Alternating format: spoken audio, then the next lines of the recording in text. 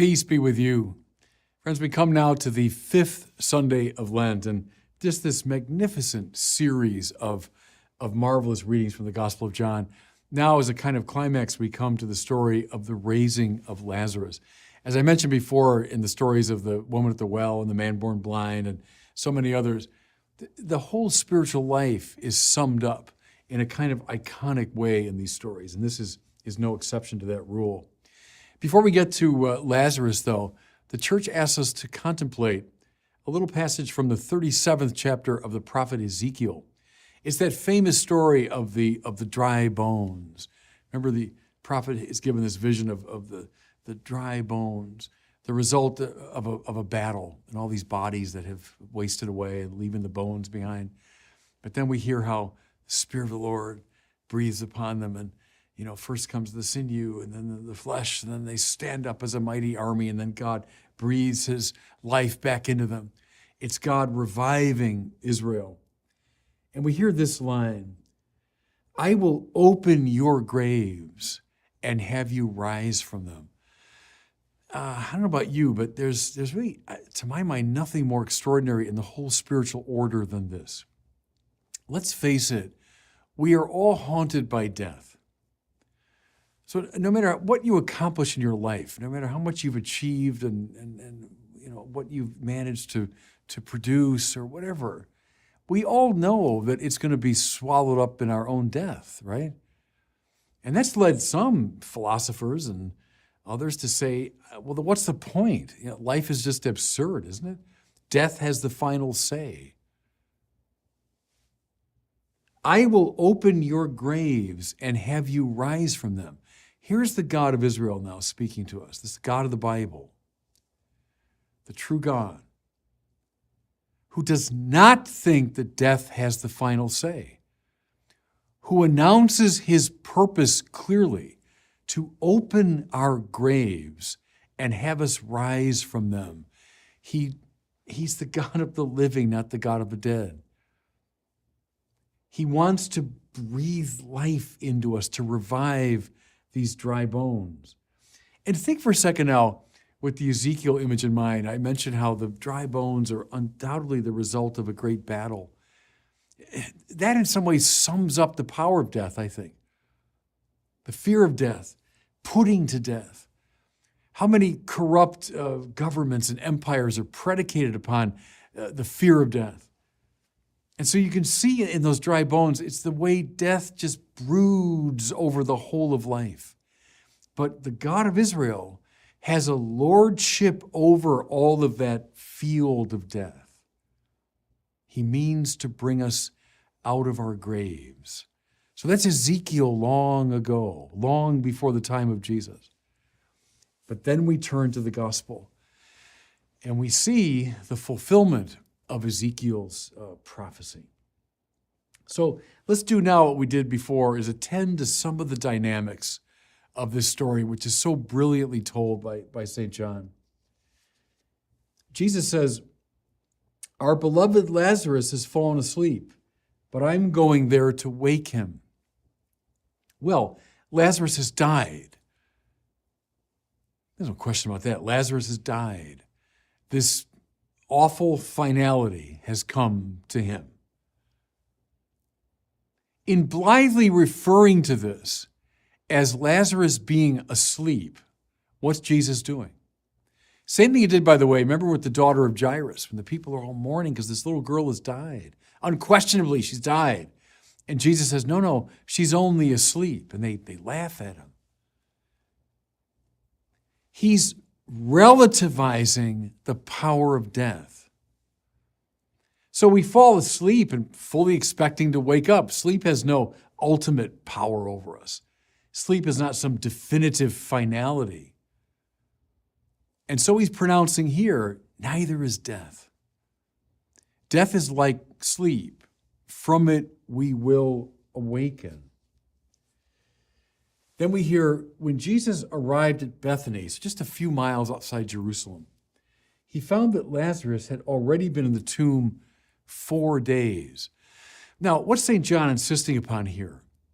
That Lazarus is really dead. there's no room for doubt. There's no room for question. We can't say, oh, maybe he was just unconscious. They didn't realize it.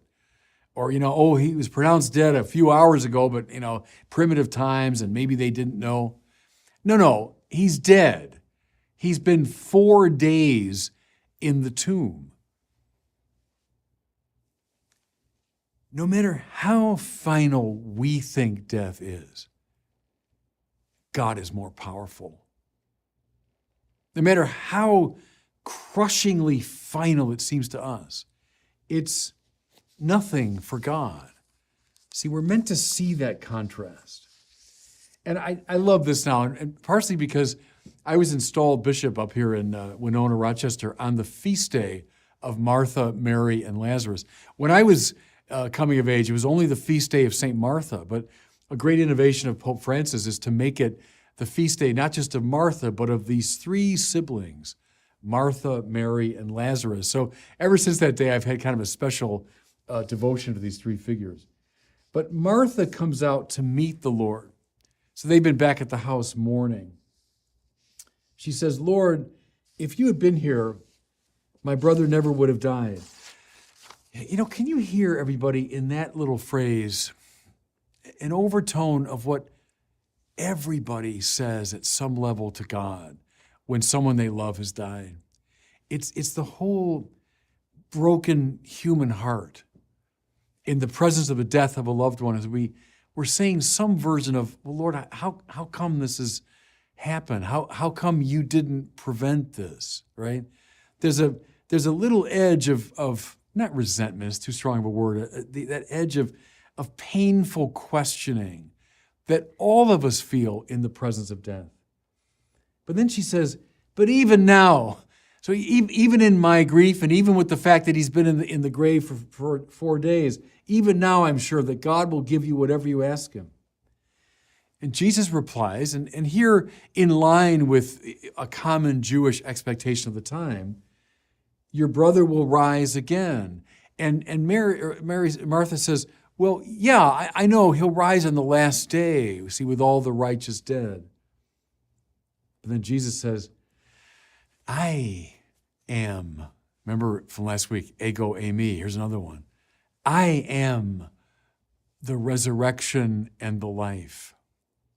In other words, what Israel was sort of vaguely hoping for, that maybe at the end of time, through God's power, the righteous dead will arise. Jesus is saying, ego eimi, I am the divine power. I am the resurrection and the life. And I think it's lovely. At this point, Martha makes one of the great confessions of faith in the whole New Testament. Think of, St. Peter, you're the Christ, the Son of a living God.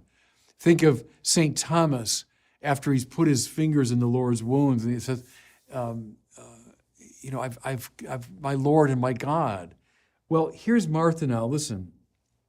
Yes, Lord, I've come to believe that you are the Christ, the Son of God, the one who's coming into the world. Again, I was speaking defense of Martha a little bit. We know from these earlier stories that, she's out there with the details of hospitality, and Mary's at the Lord's feet, and Martha complains, and Jesus says, oh, Martha, Mary's chosen the better part. Well, that Martha has overcome whatever obsession with, a practical fussiness she had, and that she's come to real profound faith. You see it here. Yes, Lord, I've come to believe that you are the Christ, the Son of God, the one who's coming into the world. I see, what's happening, everybody? Their brothers died, so there's the fact and the finality of death. And she questions God, why has this been allowed to happen? But then there's this incipient faith. Yeah, I do believe that he'll rise at the end of time, but then it's coming now to a deeper place. It's coming to a deeper place because she's confronted Jesus, who says, I am the resurrection and the life. Yes, I've come to believe that too. You're the Christ, the Son of a living God. You see, it's this movement of a soul toward deeper and deeper faith in the power of God over death. Then these gorgeous details.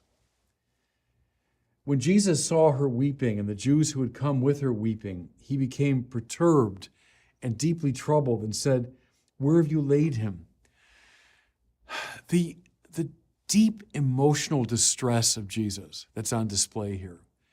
He's in the home of his friends, Martha, Mary, and Lazarus. Lazarus has died.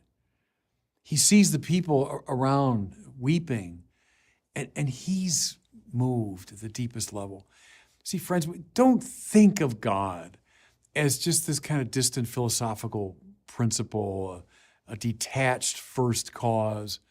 No, the God of the Bible is a God who's always entered into our lives, and especially into our suffering, and particularly into our experience of anguish in the presence of death. And everybody listening to me right now, and myself included, we all know this experience, that God enters into this with us. Marvelous. And it's followed by, I think it's the shortest verse in the New Testament, but one of the most eloquent. It's simply this: "And Jesus wept." You know, it's rare. We never really hear about Jesus laughing in the Gospels.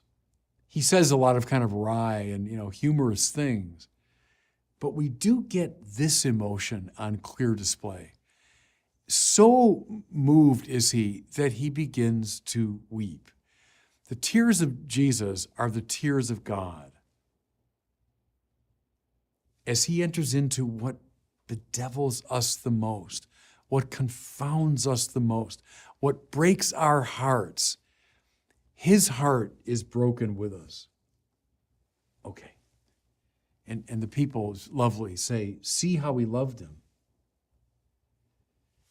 But now, Jesus comes to the tomb of Lazarus, and we see something here.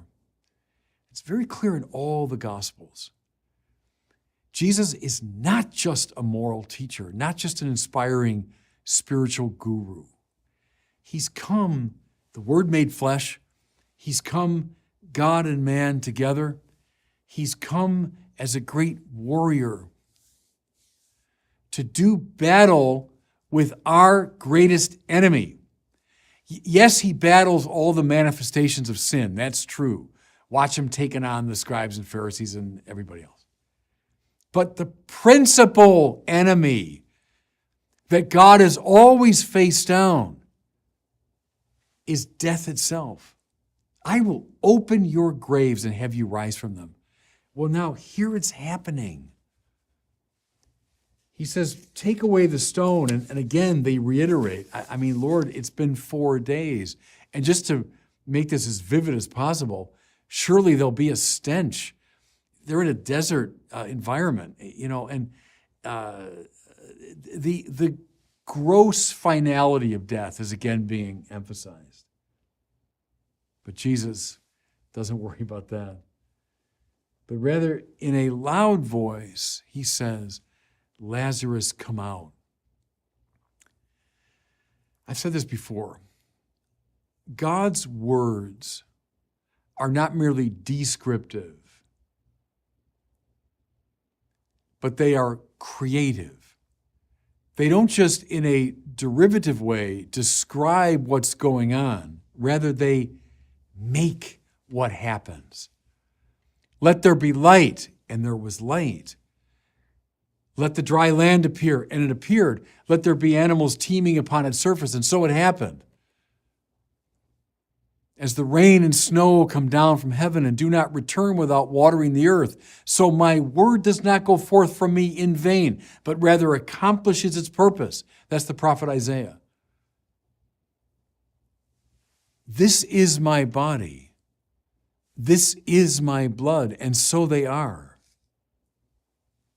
And so here, "Lazarus, come out." This is not just wishful thinking. I mean, I could stand in front of a tomb and say, "Oh, come out," speaking out of my own broken heart, but it would have no efficacious power.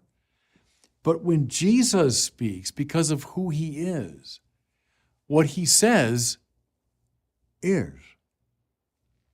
And so the dead man came out, tied hand and foot with burial bands, his face wrapped in a cloth. Don't you love the particularity of that description? They remembered this. Trust me, they remembered this. Lazarus come out, and so he comes out. I will open your graves and have you rise from them. And then the lovely final line, untie him and let him go free. Well, there's the liberating power of Christ.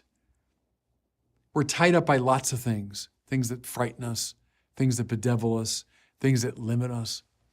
But the ultimate thing that binds us is the fear of death. One day we'll hear the same voice calling us to come forth from our graves and have us rise from them.